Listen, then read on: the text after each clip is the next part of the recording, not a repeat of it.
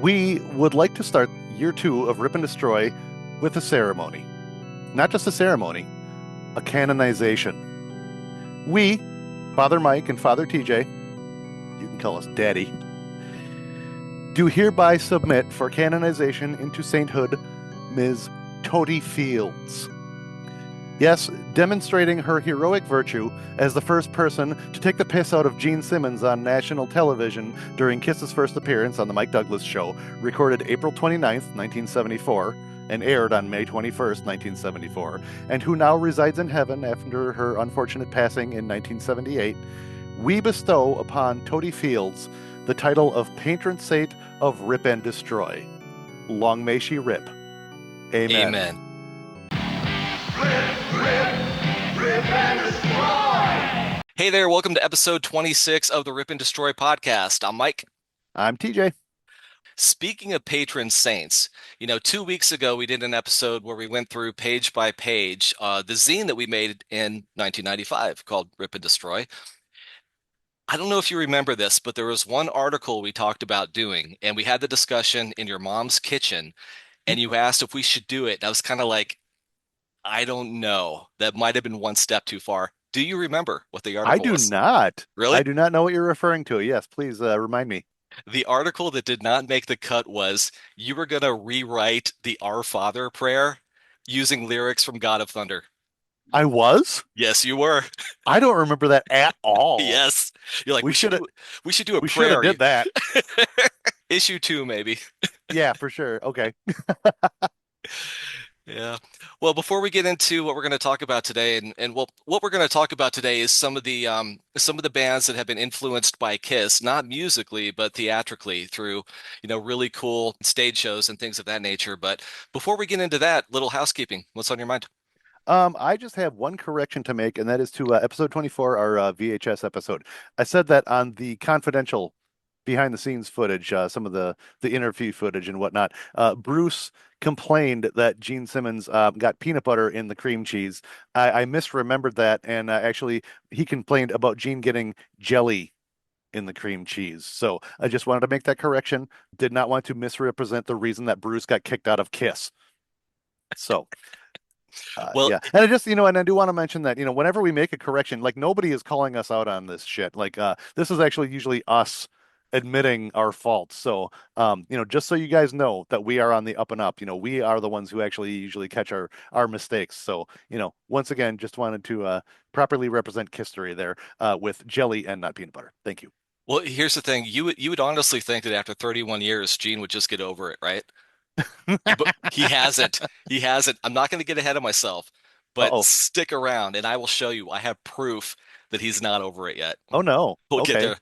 But first things first, we had a lot of special guests on our last episode wishing us happy birthday, happy anniversary, like Sleazy P. Martini, of course, and Mark Ragman Price, and our beautiful wives, and Fido and Powie from Hey Hey, Man, man. Nice nice Kiss Kiss shirt. shirt.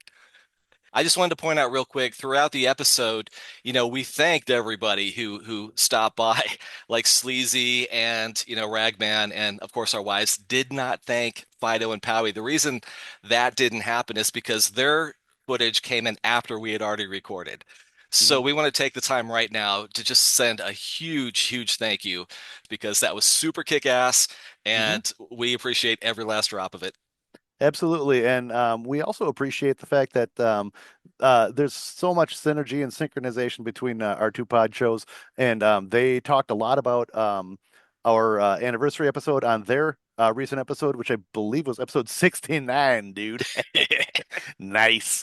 But they took the little bit of Gwar talk that we did at the beginning of that episode, and they ran with it and gave a whole kind of history of their Gwar fandom, which was very cool. And we are going to take that ball and continue to run with it and talk about Gwar and some of the other bands that Kiss directly influenced today and kind of are carrying on the legacy of Kiss and their extreme, crazy visual nature. But I also, speaking of that episode of Hey Man, Nice Kiss shirt, I I didn't realize that Rip and Destroy was becoming like Kiss, where like you have fans who are Gene guys or Ace guys or Peter guys or Paul guys, because apparently there are now Mike guys and TJ guys, because Fido apparently used to be a TJ guy, but now he's a Mike guy since he talked to you on the phone and you guys hit it off. So whatever, I guess that means I'm a Powie guy now. He's the one who sang us the Happy Anniversary song. So now I'm a Powie guy. So cool. I, I worked hard for that one. I did. I lobbied. I lobbied as hard as I could. You probably deserve it. So whatever. I guess, ladies and gentlemen, you can all look forward to next week's debut episode of Hey Man, Rip and Destroy. Well, it was funny because I think it's a recent development because if I remember correctly, and correct me if I got this wrong, but we were talking on the phone and he's like, at first I was a TJ guy because you said something that was bullshit. And I'm like you are absolutely, dude, I say a lot of, you're gonna have to be more specific. I say a lot that's complete bullshit, which I thought was absolutely hilarious. So, I mean, you can win this back. You're still in the hunt. It just depends on who says bullshit next, and it could be either one of us. You never know. It's It's a a shell wild card game. situation. Yeah, absolutely. Anyways, thank you guys. Hey man, nice kiss shirt, Fido and Powie. Thank you guys so much for chiming in, and we'll talk to you soon. And one quick note too, Bruce Kulick just had heart valve surgery. Just want to say get well soon, man. And Yep. that's not easy. So we're rooting for you. Yeah, absolutely. We're obviously we're just funning you. We're playing around as far as the whole jelly and the cream cheese thing. Yes, we wish Bruce the best. We love you, and get well soon, and get back out there and start shredding again. And it's kind of weird too because right now, if you're keeping up with the news, if you're reading Blabbermouth, Kiss is promoting three different things, all of which are happening in Las Vegas. There's Gene Simmons' Legends of Rock Expo coming up September 25th through the 27th. There's Kiss Cruise Landlocked in Vegas is happening again this year. That's November 13th through the 15th. And Paul has also been promoting the Avatar show, saying it's going to be like late 2027 or early 2028. Mhm. And they're even saying there's going to be new music in that. So it's kind of Really? interesting that they're finally promoting a bunch of stuff and it's all happening in Las Vegas. So I thought we'd take just a second to catch up on at least two of those because I don't know how much time you want to spend talking about the Avatar show. Whatever, we can edit. But the roster for Gene's Expo is growing significantly. And I Good. noticed something on the website. If you're checking it, frequently, you'll see that there used to be a list of people who are going to be at the expo. Now there's two lists. There's special guests, and then there's guests. And right now, the special guests, of course, Mr. Gene Simmons, Geezer Butler from Black Sabbath, Mm. Stephen Pearcy, Dave Davies from the Kinks, Tommy Thayer, and Eric Singer are now announced to be there. So those are the special guests. They just announced Eric Singer, and it's hilarious too because his picture on the website, okay, this guy was in Badlands, which is cool enough, but he was also in Black Sabbath, he was in Alice Cooper, and he was in Kiss. And with all of that to choose from, his promo picture on the website is him holding cookies. I kid you not. So it's kind of hard to describe. So I'm going to go ahead and reenact that for you if I Please. could, and Yes. just say it's kind of like off to the side. He's got his glasses on, and he's holding the cookies. And I'm wondering if that's the only way they could get the Peter Chris makeup on the ad because one of the cookies is the Peter makeup. Oh man, that's funny. And then the guests are Bruce Kulick, Lita Ford, Carmine Appice, and Vinny Appice, which is very cool. David Wait, Ellis. is it apathy and peace? It is, yeah. Is it really? It is, yeah. I thought they were brothers. They are brothers. So, so what happened is Carmine is a little bit older, and he thought that Appice sounded too Italian and not rock and roll, so he changed it to Appice. He just pronounced it incorrectly, and Vinny's like, it's Appice. So yeah, they're brothers and they have the same last name, but they pronounce it different. I did not know that. The more you know. Wow. Thanks for the education, Mike. Now That's you know. awesome. I honestly did not know that. I was always confused as to which way to say it, but it's both. You can't get it wrong. Why not both? Okay. Just if you're talking about the drummers, you can use either one. Okay. Um, Interchangeable. David Ellefson, Graham Bonnet from Rainbow, and John Moyer from Disturbed. Hmm. So if you're keeping score at home, you will notice that, of course, Gene, Tommy, and Eric our special guests. Uh-huh. Bruce, he's a guest. Mm, And I can't help thinking that might have a little something to do with the jelly. it might. It might. Gene's still sorry about the cream cheese allegations. He is. Yeah. Gene holds a grudge. I'm just saying. I don't know, man. I think we're uncovering a whole conspiracy theory. I think this jelly and the cream cheese situation might be the linchpin to a whole lot of conspiracies in Well, the history world. I'm glad it happened because the reunion was super kick-ass. I thought it was the Encore article that we wrote in the zine that did it, but no, that's No, it was the but cream cheese situation. I'm actually, speaking of Bruce, I'm a little bit confused because I've seen people pick up the Bruce Kulick Transformer album on Record Store Day just this past weekend, mhm. and it's got that old cover. It doesn't have that Crazy Nights cover on it, so I'm a little bit confused why they. I don't know if they did a couple of different covers. I don't know why they would, or why anybody wouldn't pick up the Crazy Night style cover. But I've seen a couple people post it like online that they picked it up on Record Store Day, and it's got that different cover, and I don't know what the deal was with that. Hmm. If anybody knows, drop it in the comments and let us know because I thought the Crazy Night style cover was way cooler. Very cool. It really Yeah. was. So yeah, I'm a little confused by that. And just as a side note, with Dave Davies being at the expo, I actually have something that's really cool. I have a Kinks record. It's a 45, Such a Shame, Hmm. from the collection of Sammy Davis Jr. Shut So, up. true story. I do. And Wow. I also have one of his Ella Fitzgerald 45s too. No. How Which do you know? How do you what how can you prove okay, the provenance of that? The so provenance. so if you've read either one of his autobiographies, Sammy was great at a lot of things, You and mean yes I can if Frank Sinatra says it's okay? yes, or or the even better Why Me. Uh, but he's good at a lot of things, quick draw and singing, and of course tap dancing. Not so good at paying taxes. So so later in life, the IRS was coming after a lot of his stuff, and his wife at the time, Altavies, was storing a lot of it away in storage lockers. And they forgot to pay the bill at some point, and somebody got a hold of a lot of his stuff that went up for auction. And then they just kind of, piecemealed it and sold them off individually. And the cool thing was there were so many records in his collection that they're really not that expensive. Oh, So so I started interesting. with the Kinks one, but I saw the Ella one. I had to have that too. That was Yeah, that's just the cool. coolest thing ever. Nice. Okay, speaking of Vegas, Kiss Cruise Landlocked in Vegas coming up in November, and they just announced the bands that are playing. Kiss is going to do two unmasked shows again this year.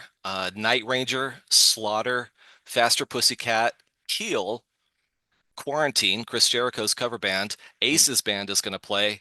Enough's Enough, Beasto Blanco, and at some point Bruce is going to play too. And I think that's honestly, I mean, people are complaining about it, but I think that's a pretty solid lineup, to be honest. What do you think? Yeah, it's all right. It's a lot of bands. Hmm. I don't know if is it still, was it like a 2 day thing, a 3 day thing? 3 days, Three 13th days. through the Okay. 15th. Yeah, that's a lot of bands to go along with whatever the activities are that they're going to have. And I don't know if that means that they're going to have less of that and more bands, or if there's enough time and space for all of it. I don't know. But it's not too bad of a lineup.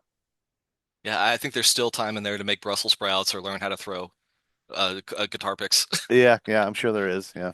But looking at that, I mean, Night Ranger's great. They're still great. Probably the first rock show I saw in 1985 on the Seven Wishes tour. I loved it. Faster Pussycat, one original member, but honestly, here's hot take number one for the episode. Yeah. I think if you Pepsi challenge the first Faster Pussycat record with the first Guns N' Roses record, I think Faster Pussycat's a better album. Okay. Seriously, I do. I Okay. do. Dude, I'm not even gonna argue with that. And a lot of people don't know that Ron Keel from Keel was really close to being the singer in Black Sabbath. Really. And Yeah, what era would that have been? it was back during the I think right around the time of Ray Gillen. Okay. And what happened was, he was telling people he was in Keel at the time. He kind of went back and forth, and he was telling them, "Don't let Tony come see Keel, because if he sees this, I'm out." And Tony did show up at the Keel show, and he's like, "Yeah, it's not for Yeah, me." you're out. But yeah, so He that's wasn't that. wrong. He wasn't lying. Yep. And then the Avatar show's coming up in 2027-ish. So a lot happening in Vegas. Interesting. Vegas it is. And it's funny because during some of those Kiss interviews, like Extreme Close Up or some of those times or some of those interviews of that era, they were talking about, back in the Dynasty era, Kiss was dangerously close to becoming just like a Vegas parody of Right? okay, well, now you've reached that stage, I guess, but now you don't even have the cool costumes from the Dynasty era for your Vegas show. So I don't know. Maybe the avatars will. We'll see. When they play the new songs, I'm not going to Yeah. hold my breath for new songs. I'm really not. I wouldn't doubt it if they do it, but I'm not going to hold my breath that they're going to be instant classics. Right, right. But prove me wrong, please. By all means, please Kiss prove me wrong. Yeah, it's kind of interesting too that two of those events, the Expo and the cruise, are really close together, just a couple Hmm. months apart. Because I mean, you and I have both flown to Vegas for different Kiss events to, Hmm. see them in 2014 and things like that. And I'm thinking about going down for the Expo, of course, For but sure. I wouldn't necessarily go down twice. So I think you Yeah. gotta take your pick. Yeah, I think so. Well, especially with the prices of the Kiss cruise landlocked, judging by what they were last year, I don't anticipate too many people doing both. All right, so here we are at episode 26 of Rip and Destroy, of course, and yeah, starting year two, which we're very proud of. And what we're doing tonight is something this has been on our list for quite a while, and I think just because of the way things happen between us and Fido and Powie's podcast, I think we decided to drop this one tonight, and we are talking about Kiss's enduring legacy, if you will, the bands that have been kind of visually and aesthetically influenced by Kiss. Not just talking about kids who were inspired to play guitar by Ace Frehley. We're talking about bands who have adopted the theatrics. In some cases, the anonymity, just the whole stage presence and the mystery and the mystique and all of that made Kiss special for everybody, especially back in the 70s. And that predates even the 70s when you can go back as far as, vaudeville or, you know, the beginning of film and people have been taking on different costumes and masks and different personas all throughout history and entertainment. Yeah, if you want to trace back to the origins of shock rock, we're talking about Screaming Jay Hawkins and Crazy World of Arthur Brown and Screaming Lord Sutch and all that stuff. So yeah, there is definitely a legacy that Kiss themselves upheld. But as we of our age and our generation have witnessed, there's plenty of people who went on to be influenced by Kiss. And even in rock and roll, bands of Kiss's era, you really can't have this conversation without first talking about Alice Cooper. And the rumor has it that at some point during the beginning of Kiss's career, they had a conversation along the lines of, there's Alice Cooper, but how cool would it be if there was actually four Alice Coopers on stage? And Right. everybody had their own persona, and that kind of, sparked the idea of what Kiss could possibly be. So Alice had a big part in that. And it's kind of funny. He knew it too, because if you have the DVDs or if you watch the concerts on YouTube, it's hilarious on Brutally Live from the Brutal Planet tour. Mhm. They're doing little things, and Alice is going off on a tangent about all the horrible things that happened to him that day. But the one thing that really pissed him off is the fact that somebody in the front row had a Kiss t-shirt on. He says, and there's Marilyn Manson and there's Ozzy, and these are all my disobedient children. And That's great. what's so funny is that Eric Singer did that tour. He's, 5 feet behind him on the Yeah, drums. that's great. Yeah, and one of my favorite Alice quotes is something that he said way back when Kiss kind of started. And I think he said something like, "Yeah, these guys are pretty great, but what they really need is a gimmick." Exactly. And there was the lawsuit in 1998. Now, Alice Cooper didn't sue Kiss, but Alice Cooper's record company did because when they put out Psycho Circus and they had that song Dreamin', it sounds a lot like 18. And when you listen to it, you're like, ooh, Oh, yeah, yeah, that's right. I it's forgot all there. about that. Yep. Hmm. And I just want to say, if you haven't seen Alice, the guy's pushing 80, and the shows are probably better than they ever have been. I've seen him 5 or 6 times. You and I saw him together in Green Yeah. Bay, Hmm. and the show is just amazing. It's fun. He's so charismatic. You can't really look at anything else going on stage. He just draws all your attention, unless his wife is doing the tour, because she's incredible too. And I Yeah. I saw them together once, so definitely recommend going to see him. I recommend hanging out with him too. I had the chance to talk to him one time and after, being a fan my whole life and working in radio and playing in bands, you kind of meet a lot of the people that you admire. But before that, I kind of thought if there was one person I could meet, who would it be? And it was Alice. I always wanted to meet Alice Cooper Hmm. and had the chance, was nervous, but I always thought like, what's the one question I would ask him if I could? So when I met him, I asked him about the 1978 TV special he did with Vincent Price. And will that ever be re-released? And he went on to tell me that, yeah, it was going to come out on Blu-ray soon, and it did. But then he spent about 15 or 20 minutes explaining every little thing about the production, the filming, how much they paid the film guy, how nobody had ever done videos before, so they didn't know how to do it, and the tarantulas and how big the film was. And I'm like, damn, this is happening. That's awesome. Yeah, he's great. Super, super cool. And obviously inspired everything we're going to be talking about today. So where do we start? Well, I think we've got three bands we really want to talk about. We will start with Gwar. And why wouldn't we start with Gwar? Gwar is probably one of the most extreme examples of crazy theatricality. I mean, you think Kiss is nuts, but these guys took it to this cartoonish extreme. And you are I think a much bigger Gwar fan than I am. I love them and I appreciate them, but I think this segment is going to be a lot of you. So what can you tell us about Gwar, Mike, and their relation to Kiss? I love Gwar. I've loved Gwar for a very long time. I'll tell you when it started for me. I was in a used record store just going through the tapes, and of course I'd heard of them, but I didn't really know anything about them. So I took the inlay card out of the cassette and I'm reading the lyrics. And on Salamanizer, the first thing it says is demonic laughter as a lyric. And it made me laugh. And ever since then, I've just taken the ride. They're fantastic. And it's a good idea to start with them because there's a really interesting kind of parallel. There's so many parallels with Kiss, by the way. But it seemed like Kiss kind of had their career going and they had a lot of success. And then they stopped in 1978 to try to create some lore and some mythos. And they did, Kiss Meets the Phantom of the Park to try to build up these characters and add to it and tell a story. And it was goofy and, kind of ridiculous. And they just moved on really Mhm. quickly. Well, Gwar did it the opposite.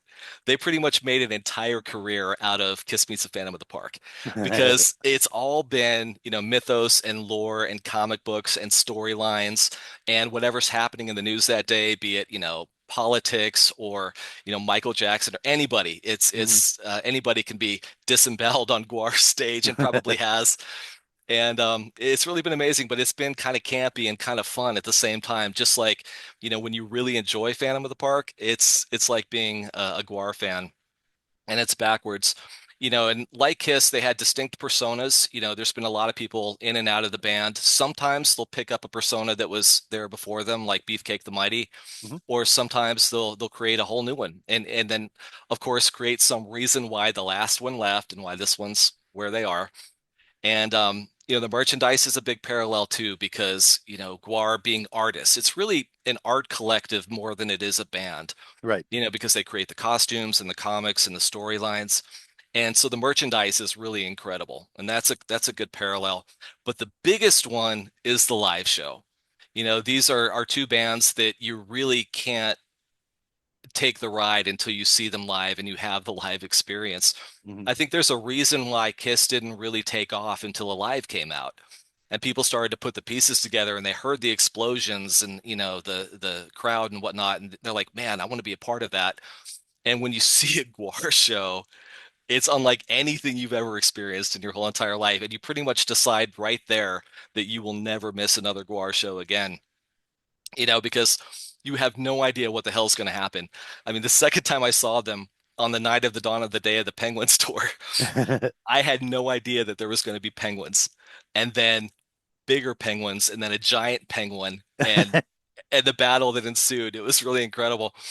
So there's some bands, and we're going to talk about a few of them today, where they really reward you for your effort. It's Mhm. fun to be a Gwar fan or a Kiss fan or a Ghost fan because they really cater to that experience. And that's the biggest thing. And if you want to get some great insight into, behind the scenes of the whole Gwar experience, definitely listen to the last Hey Man Nice Kiss Shirt podcast because Fido talks about what it was like to actually work with Hunter, who was Techno Destructo at the time.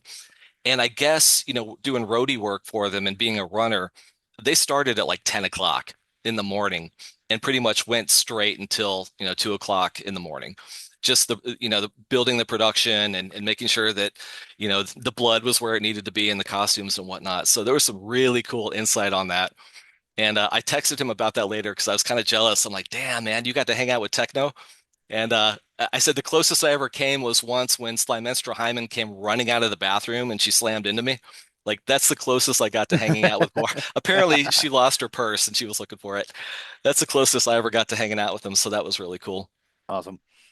What about you? I remember the first time I was in your room and I saw Gwar. I think it was Scumdogs of the Universe, maybe. Yeah, I think somewhere in my CD collection I've got Scum Dogs. I haven't followed them nearly as closely as I should have. I do.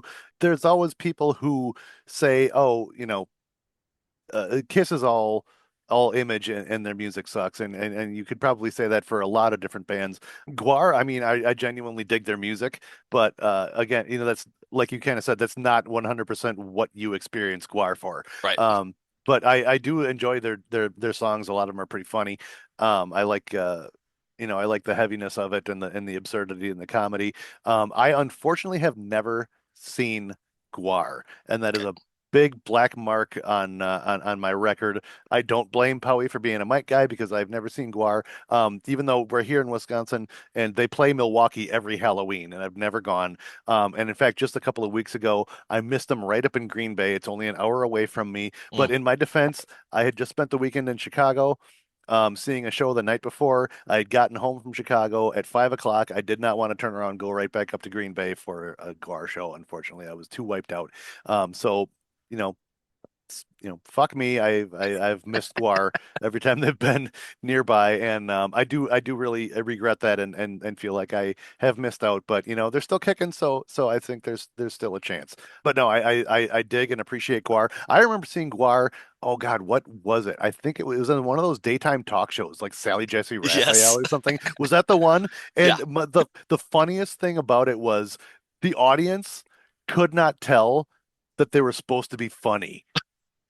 Like they were taking it seriously and they were like absolutely horrified that they were ripping babies out of these giant cartoon stomachs of women and they're spraying bodily fluids and drenching the crowd in blood and like this crowd in this talk show audience like just didn't get it. Like it just went right over their heads. And the guys were being hilarious too on stage. And but that was the funniest thing was that all these housewives in middle America were not getting the joke. And that was so funny to me. That's the thing. They are hilarious, and it's all campy. I remember the first time I saw them, it was in 1994. Me and Bill just wrapped up our finals at UW, and then we got in the car and we went straight to the rave in Milwaukee to see them on the This Toilet Earth tour. Mm, And it just so happened, like the place we saw it was the rave, and then you had, was it the Eagles Ballroom on yeah, the upstairs of the upstairs. same Yep. building? Hmm. Eagles Ballroom was bigger. And it just so happened that REO Speedwagon was playing upstairs at the Eagles Oh Ballroom. God. So you had two lines going into this building, this the same doorway. You had the Gwar line and you had the REO Speedwagon line, and you had no trouble knowing which line you were supposed to be Right? in. I bet. So later in the show, they're playing, and they had just put out the album with the Road Behind, which is a ballad, right? So the show stops. They start playing the ballad. You hear the whistling, right? Of the intro of the song. And then, of course, Sleazy comes out and stops it and says, if you want to do that shit, you can go upstairs. It was great. Nice. Yeah. Did you see the movies? Phallus in Wonderland and Skullhead Face? I want to say we rented something once over at your apartment, but I think that was a live show. But I remember Skullhead Face coming out because I think the word Skullhead Face is hilarious, and sometimes I still call people that. So, Yeah, that was Tour de Scum we watched because oh, okay, yeah, it had yeah, Gore on it. mm-hmm, yeah, One more thing that's interesting about Gwar and Kiss both is that there was that long period of time where Kiss didn't have any makeup on, and everybody was just really anxious to see them in makeup again. mm-hmm, And then with Gwar, it was just the opposite because they started off in costume and everybody was anxious to know what do they really look like or yeah, who's behind the mask.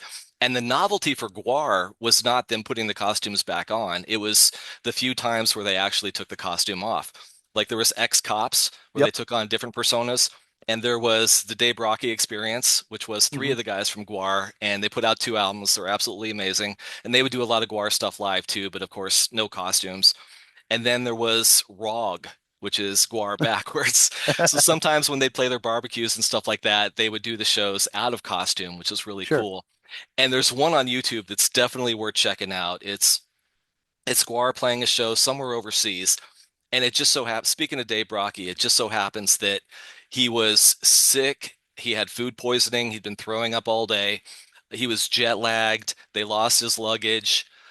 They had just lost their guitar player, which was tragic. I kind of think he was drunk and he continued to drink throughout the show and at times couldn't even stand up real well and sounded freaking amazing. I mean, just the passion and like it was like so him. It was so Brocky. It just sounded so unbelievably kick-ass. And to see them, out of costume is really very cool. So I recommend Awesome. checking it out. That's cool. And one last thing about Guar before we move on is that Chuck Varga, better known as the Sexecutioner, is in the news now because he was just diagnosed with cancer and Mm. cancer sucks and the Sexecutioner is amazing. But they're doing something really, really cool with it. They're doing this thing where at first, if you donate blood in his name, they send you this kick-ass t-shirt that he drew and he's a great Oh, artist. Now they're sending out so many t-shirts. They're like, okay, we'll give them to you at cost, but it's definitely worth looking into and a great cause and a really cool shirt. So again, get well soon, man. cool. Yep, definitely get well soon. And just we'll end this segment by saying R.I.P. Dave Brockie, Odorous Urungus. You will live forever. Hail Odorous. Yeah. So the next band that I would like to talk about in this Kiss Legacy episode is a band called Lordi.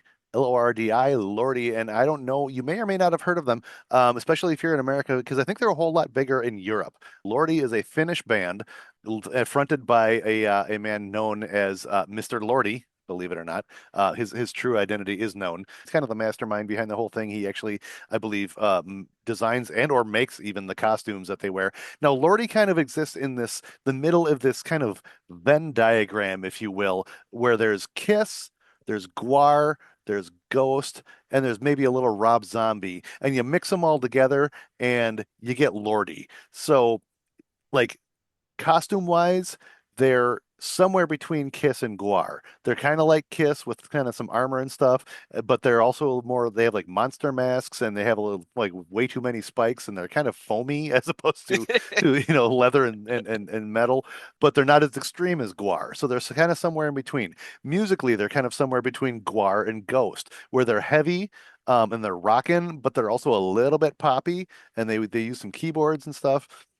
And then you have kind of the monster aspect of it, which is maybe a little Rob Zombie flavor. So if you're into all of those bands and you've never checked out Lordi, they might be worth your time.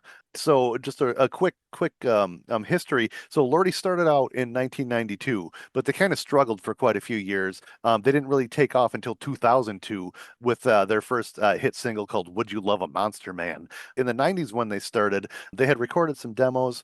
Mr. Lordi put together this band and they put out a demo that didn't quite get anywhere. And now the first Kiss link. Now let me tell you, not only are they influenced by Kiss in the makeup and the costumes and the music and the theatrics and whatnot, but there are some definite Kiss influences here. And the first one is that Mr. Lordi put together a Kiss cruise in 1996.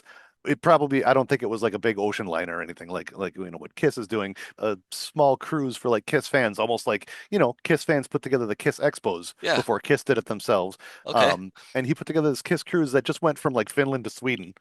But on this cruise, he actually met two guys who wound up in Lordi. So Right on. you've got three Kiss fans in Lordi right away.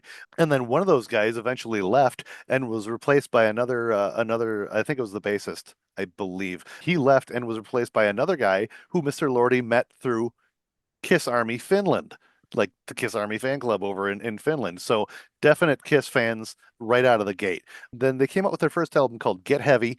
And if you look at it, it's actually quite inspired by Love Gun. It's got the band in the middle and a couple of big like marble columns on the side. And rumor has it, or at least according to Wikipedia, that the original idea of for the cover was actually a sketch that was based on Destroyer. So right out of the gate, they're paying tribute to Kiss. So they're off to the races, and they're still around. They've been going for a good 25 years or so now. And one of the biggest and I think coolest things that Lordi has actually done is, okay, we all know that Kiss releasing the four solo albums on the same day in 1978 was like one of the most audacious things that had ever been done in the record industry, right? Well, in 2021, 22, somewhere in the pandemic lockdown era, Lordi said, "Hold my fucking beer," because they released Lordiversity, which was 7 albums on the same day. They had been busy during lockdown, and they released a project called Lordiversity, which is 7 separate albums, 7 separate musical styles. And these 7 albums had fictional release dates ranging from 1975 to 1995, like 75 up to the actual beginning of Lordi. And the first of these Lordiversity albums, well, chronologically at least, fictionally chronologically, is called Skeletric Dinosaur. And it's very 1975, very Kiss, very Alice Cooper flavored. And even the cover is kind of a tribute to Hotter Than Hell. We can throw up a picture of that right now. It's got kind of a black and white photo surrounded by graphic elements, and it looks very 70s. And then other albums in the Lordiversity project range from like 1979, which kind of has like a soul, a disco kind of a flavor to it. They do kind of a mid 80s heavy metal, kind of a rat mid 80s Kiss sounding record. That was Abusement Park, I believe. They do one that's more of like a pop metal Bon Jovi style. They do another one that is a kind of a Pink Floydy, kind of a Rush, kind of a proggy album. You want to talk about an audacious record project? I mean, Kiss did 4 solo albums. It took 4 guys and everybody they hired to put those together. This was one band that put out 7 albums on Mm. one day. So, anyways, Lordi is still going. They're still playing festivals. They're still making music, putting out records. And if you're interested in the things that we're talking about, and I think you are because you're watching this podcast, it might be worth checking out Lordi, especially if you are unfamiliar with them. And they were a Eurovision band, weren't they? Yeah, they actually won Eurovision in 2006 with their song Hard Rock Hallelujah, which is probably to date their biggest hit. So you'll have to tell me where I went wrong with this because I was never a fan, but I hadn't really heard that much. And I knew we were going to be talking about Lordy today. So I just pulled up a random track on Spotify Mhm. and I really, really, really did not like it. Sure. It was called Heaven is Your Hell. And to me, it's funny you mentioned this before because to me it sounded exactly like Bon Jovi. It really had a Bon Jovi feel to it. I'm curious to know if it's in that record. Even the singing was like bad Bon Jovi after he lost his voice. So tell me it's on the 80s record and I'll give it another shot. Let's see. It is not on that one. Let me look that album up. It's too bad too because I want to like them. I really dig the Yeah. costumes and the outfits and the masks, but No, that one is on Monasteric and Dream, which came out in 2004. That's their second album. So that was, maybe that was before they found their groove or found their style. But honestly, I kind of don't really blame you for bouncing off it. I did actually buy one of their albums, and I think I ended up selling it. mm, But in doing a little more research for this, just kind of understanding a little bit more about where they came from, I kind of started to get into them a little bit because I think just my neurodivergent brain had to put them in categories. And I thought, okay, like I said, they're halfway between Ghost and Gwar. And one of the things that I think is interesting about what we're talking about is that sometimes you see one of these bands and you expect them to sound like something and they don't.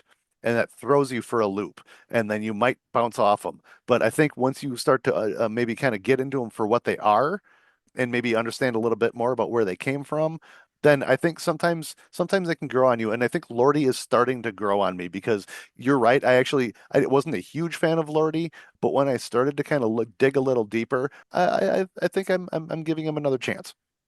that's totally true. I remember reading a review of the first Batushka record. We're not going to be talking about them today, but we should be. That first record, Liturgia, is bulletproof. It's a kick-ass record. But the review said this is what you thought Ghost was going to sound like, which is really funny. But I tell you what, you were kind enough to listen to that Squid Pisser song I sent you. So if you want to recommend another Lordy song or two, I will give it a spin. Honestly, you know what? I would that's one of the great things about the Lord Diversity project is that if you would rather Lordi sound like Anthrax, listen to their thrash metal album. If you would rather Lordi sounded like Alice Cooper, listen to Skeletric Dinosaur. So I mean, they're willing to tailor to your tastes. I like it. They too give. They're They givers. give. They give. And I think saying that about a band that looks one way and sounds another is a pretty perfect transition into our third and final band that we're talking about tonight. One of your favorites and mine, and that's Ghost. Yeah, I remember when they first came out, the record wasn't even out yet. I saw a picture in Revolver magazine, Hmm. and I think you discovered them about the same time. I'm not sure who tipped who off You about tipped this, but me off. did I? Yep, And and it then was probably that Revolver magazine because I knew I was aware of them. I know that I saw them. I saw a picture of them. I think I read an article about them. And then I was sitting I remember it actually pretty clearly. I was sitting at work one day and you shot me a text and said, "How do we feel about Ghost?" And I said, okay, "I haven't heard them yet." And you sent me a link to one of the songs off their first record. I'm Um, a big fan of Death Knell. It might have been that's that what that one. was it. Was it? That was it. Yes. And I think it probably sent you a MySpace link. It might have been. Yeah. It might have been. It was because that would have been, well, let's see, when did they come out? 2011? Probably not anymore, but it could have been. I don't know. Yeah, it's funny because that same Revolver magazine turned us on to Stolen Babies too. Right? Yeah. So whoever wrote that article, thank you very much. And there's a lot of parallels too between Ghost and Kiss, probably more so than any other band we talked about today. If you just look at their upward trajectory, right? Because, Kiss put out the first three records, gained a little bit of traction each time, and then they put out the live record, and by that point, they were one of the biggest bands on the planet. Same with Ghost. Their first record came out. The first time I saw them when they were supporting that record was actually on the 13 Dates of Doom, which is the first US tour they ever did. And I saw them in a place called the Hawthorne Theater, which was a 500 seat venue that was probably half full. And the show was absolutely incredible. All they had to play at that time for a headlining set was the entire Opus Eponymous record and then the Beatles cover that they put out right about that time too, Here Comes the Sun, as an encore. But I saw that show, and it was the first of five times I've seen him, and I thought to myself, this band is going to play Madison Square Garden. I guarantee it. It took longer than I thought it would, but it's really incredible to see it because the first show I saw was at the Hawthorne Theater, 500 people, of which 200 people came. And Mhm. the last time I saw him was at the Moda Center, which is a 20,000 seat venue. Yeah. And that was really satisfying to see that. Yeah, I was actually thinking the same point in that, you see the old footage of Kiss at Winterland or Academy of Music and, those first couple of formative years. And I remember too that Ghost started off. They had 28 minutes worth of material to play because they only had the one record. A buddy of mine actually saw them in at Wacken open air Oh yeah, that's like one of the first shows. before their first album even came out, and Yep. that's all they had was about 20 minutes worth of songs.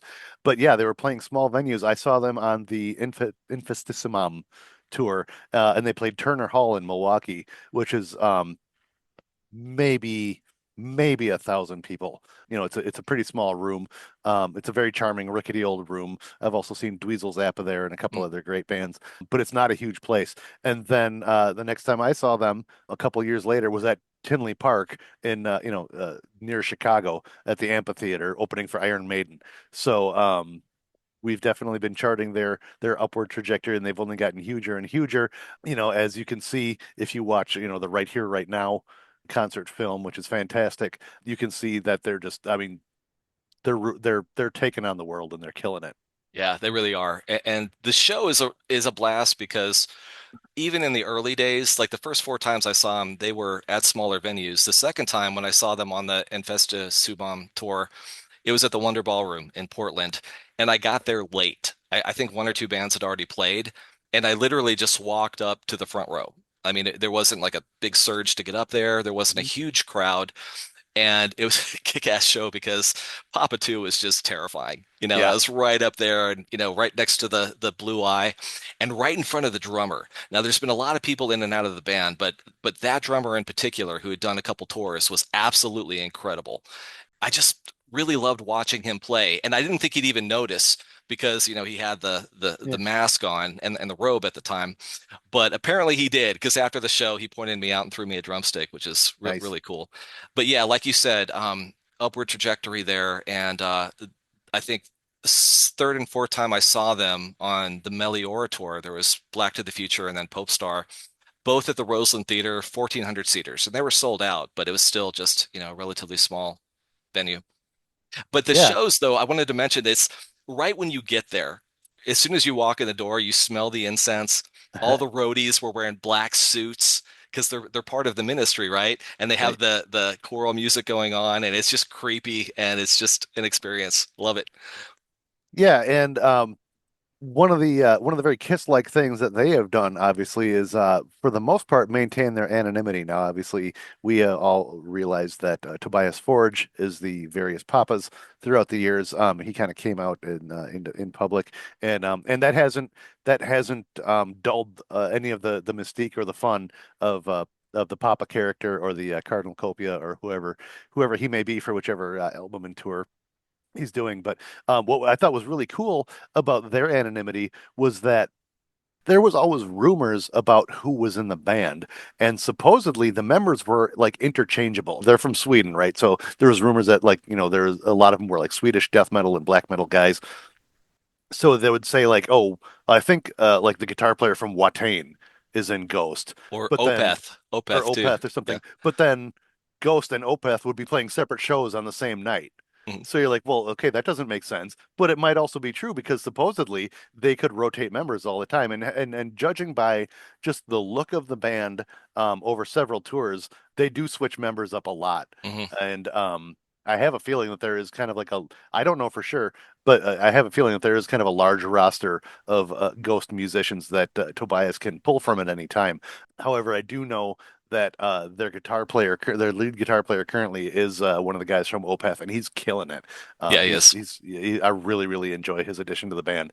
And I know that, they even said early on, yeah, we're anonymous, but if you Google hard enough, you can figure it out. I've actually never really bothered figuring it out too much, other than we all know that Dave Grohl played drums on one of the EPs. Do you And know one much about any of the members? Not much, but I do know that Dave Grohl also snuck on stage once and did a couple songs. Nobody knew it. He was in costume, That's fun. which is really cool. And you talked about the rumors. I remember the rumor that it was King Diamond's son. That's a very grade school playground rumor to be thrown around about Ghost. I love it. And yeah, the anonymity was really cool at the time. It's so much so that they would do interviews, but it was one of the band members, one of the ghouls getting interviewed because Papa didn't do interviews. Mhm. But it was Tobias in the guise of one of the ghouls doing the Right. interviews, which is really Yeah. kind of fun. And I remember it was the first time I saw them on the Meliora tour, which was the Black to the Future in October of 2015. And I'm walking up to the entrance of the Roseland Theater, and Tobias was out. He was just hanging out chatting with people. He was really super nice guy, but you didn't know if it was him, but you totally knew that it was him. Right. Because he had the accent. His hair was short, but just dyed really dark black, and a super cool, like nice leather jacket with like a devil pin on it. So people knew he Right. wasn't trying to hide. But at that time, it was kind of like he wasn't doing pictures or anything because you weren't supposed to know who it was until that one picture came out, and then it Mhm. was revealed to the world. But that was fun. Yeah. It was a really fun time to be a fan. Still is. It is. And speaking of things like lore and storylines and everything, Ghost certainly has established a lot of that. They've got their short film series that's on YouTube, which are a lot of fun. Which is these short little videos where they interact with. They've got all the characters from this ministry, and especially Cardinal Copia has come out as a really comical character, and he's hilarious. He hates his brother.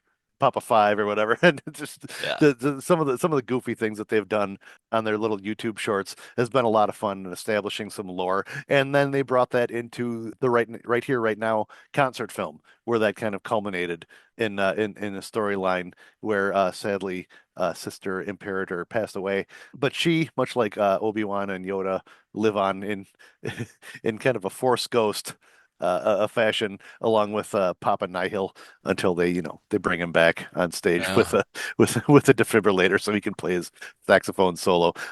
God damn it, Ghost is a lot of fun. Yeah, they are. And like Sister and Papa Zero and now Papa Four. May he rest in peace. Yeah, yeah, and we now that Ghost is on a little bit of a hiatus, so we don't really know what's next. So good time to look at the back catalog. I know Tobias has done stuff with a couple different bands, one of which Subvision is kind of ghost-ish, but more kind of Euro pop Sure. rock, but still really damn good. The songwriting's there. Yeah, I know when it, kind of came out that Tobias was Papa or whatever, that they just, made his identity public. They mentioned like Subvision and some of the other projects that he had been in, and I hadn't heard of any of them, to be honest. So, hey, I'm glad that he found something that became a global hit. And if somebody was going to check him out, which record would you recommend they start with? For Ghost? Yeah, Ooh, I would say probably Meliora. yeah. I think it's a good kind of because they have changed their style over time. One of the reasons that we got into them, I think, at the time of their first record was because they had like a really 70s sound. Hmm. They had, the SGs and the orange amps, and Right. they had this whole kind of Blue Oyster Cult, 70s occult rock thing going on. The And organ on yeah, top of it, yeah, it's just perfect. right. Yeah, and then they kind of evolved into poppier and poppier, and there's still some heavy stuff. Prequel to me feels like a Broadway show. I don't know why, but it almost sounds like rock and roll show tunes to me, Mm, and it works. They're one of the only bands in the world that can make that work. But I think Meliora is a good starting point because it's kind of a middle of the road. But as they've progressed in style, what I would really love to see them do is go back to the style of like the first record. yes. I'd love to see them bust out some of that 70s style again. And I always thought too that Infestissimum personally is my favorite. Like I said, Really? I would recommend Meliora to like a new fan because it's a good jumping on point. But personally, Infestissimum is my favorite. It's got my favorite song. It's got Year Zero. It's Hmm. got Goulet and Zombie Queen, and those are awesome. And the funny thing is, if you listen to Spectres by Blue Oyster Cult, one of their records, if you love Infestusumam, you'll love Spectres. They're very similar. There's a lot you can really, even though Tobias, really claims that Kiss and Alice Cooper were his main influences for Ghost, and that Blue Oyster Cult. He's said that the Blue Oyster Cult comparisons just kind of happened naturally by way of like the way they were making their music. I really feel like Spectres and Infestusumam are almost like two of the same album. So check them out. I did know that was your favorite. That's interesting. It was kind of on the bottom of my list until I started collecting the vinyl. And for some reason, that one hit just perfect on vinyl. It's probably the first one I'll listen to on my Yeah. record player. Yeah, sometimes they do. Yeah, I don't know. Yeah, especially like I said, Zombie Queen and Year Zero, I can't get enough.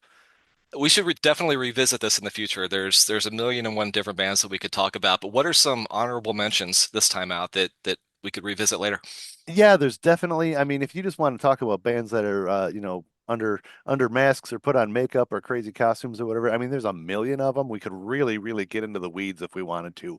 You can trace it all the way back to something like the Residents, the guys in the eyeball masks who kind of sound like Devo and Danny Elfman and Primus and Frank Zappa had a kid. There's a Japanese band called Seiki Matu that I would actually like to kind of visit a little bit in the future. They're part of what in Japan was called Visual Kei, which is a very highly stylized, like visual forward genre of music, usually heavy metal. They all wear makeup, but they've got a couple of guys who look almost exactly like Gene Simmons and Peter Criss. How Gene didn't sue them, I have no idea. Um, but like musically, Seiki Matu is basically Halloween. So Mm, they have that nice. very mid 80s power metal, Japanese metal style. We could talk about them and their frontman Demon Kogure, who's kind of become a little bit of a pop culture icon over there. He pops up in all kinds of cameo appearances on TV shows and stuff. He was in it he even makes a funny appearance in a Godzilla movie. I mean, who else is there? You've got a couple of them that I know you mentioned. Yeah, a couple that I've been listening to a lot lately. There's Cancer Christ, which is really aggressive, really kind of blasphemous and loud and very entertaining. The whole band wore these snake masks. And you remember that movie Dreamscape? Came out in the Hmm. early mid 80s. Yeah. The guy when he was afraid of snakes, so in the dream the bad guy turned his head into a snake head. It's Uh, like imagine if that was the whole band, which is really kind of fun. And yeah, and then Squid Pisser, same guitar player from both bands, who's also in Gwar, Tommy Meehan, has this really incredible band that's going on tour soon called Squid Pisser, and they too have really incredible, masks. But there's one I'd like to spend a couple minutes on if we could, because when I was preparing for this episode, I was reminded of the fact that there's two things I'm legitimately very afraid of. One of which is great white sharks, always have been. And the second, I kid you not, Portal. Portal scares me for yes. real. For real. Yes, brother. Yes, and I believe am I the one who introduced you to that band? You absolutely did. You sent me a video and it haunts me to this day. And it should, yes. Portal, yes. If you want to talk about masks and everything, yes. Portal, they perform under hoods. Most of the band wears like just black hoods with nooses around their necks, and then you've got the curator, who is the main vocalist, and he wears the most bizarre, disturbing, haunting things on his head. Sometimes his head looks like a fucking grandfather clock. Like not Yep. even kidding. Sometimes he wears like this weird like madrigal headdress with like this sheer kind of like veil. And if the lights hit it just right, he's got this like corpse face underneath, and he's got these like squid tentacles on his fingers. And yes, Portal.